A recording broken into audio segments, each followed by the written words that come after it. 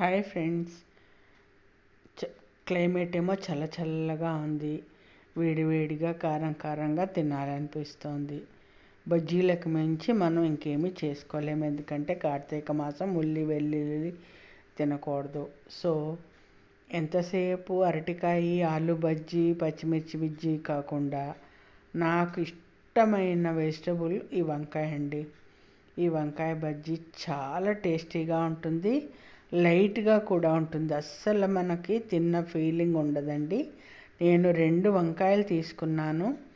ఏముందండి, టీకి అడ్డం చెరో 4 చేసుకుని తింటే సరిపోతుంది. వంకాయ ఇష్టపడే వాళ్ళు చేసుకొని తినండి, తప్పకుండా చాలా బాగుంటాయి. నేను ఒక అరకప్పు శనగపిండి తీసుకున్నాను, ఒక 2 చెంచాలు వరిపిండి, ఒక అర చెంచాడు కారము, రుచికి సరిపడా ఉప్పు, చిటికెడు సోడా, చిటికెడు వాము తీసుకుని కలిపేసానండి. అది కలిపేలోపు నూనె వేచబెట్టేసుకున్నాను.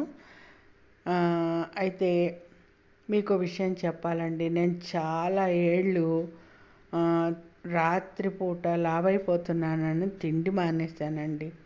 ఆ తిండి మానేసిన తర్వాత ఇంకా లావైపోయానండి. అందుకోసమని ఇంకా నేను కాంప్రమైజ్ అవ్వడం మానేశాను. నాకు ఎప్పుడైనా తినాలి అనిపిస్తే నేను ఇలా చేసుకుని తినేస్తానండి.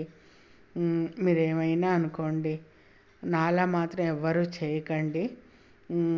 తిండి మానేసినందువల్ల ఇంకొంచెం లావు అయ్యాను తప్పితే ఒరిగిందేమీ లేదు. అందుకోసమని నేను కాంప్రమైజ్ కానన్నమాట. నాకు తినాలి అనిపిస్తే చేసుకుని తినేస్తాను. సో నేను 2 వంకాయలతోటి ఇలా చేసేసానండి. 10 నిమిషాల్లో రెడీ అయిపోయాయి చక్కగా. చివర్లో ఓ గుప్పిడి పిండి మిగిలింది. అందులో చిన్న అల్లం ముక్క దంచి వేసేసి డైజెషన్కి బాగుంటుందని. ఎందుకండి వేస్ట్ చేసుకుంటే ఏమొస్తుంది? అవి 3 అంటే 3 పుణుకులు అయ్యాయి. అలా చేసుకుని తినేసాము, అయిపోయింది. మీకు నచ్చిందా ఈ వీడియో?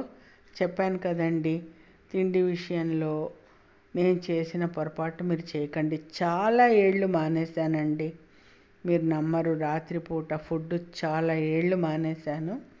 దానివల్ల బాగా ఊబకాయం వచ్చేసింది నాకు. అలా కాకుండా నచ్చింది తినేసేయండి, హ్యాపీగా ఉండండి. అది ఫ్రెండ్స్, చెప్పడం మర్చిపోయాను. బజ్జీలు చాలా రుచిగా ఉన్నాయి. మీరు కూడా చేసుకొని నచ్చితే లైక్ చేయండి, షేర్ చేయండి, సబ్స్క్రైబ్ చేయండి.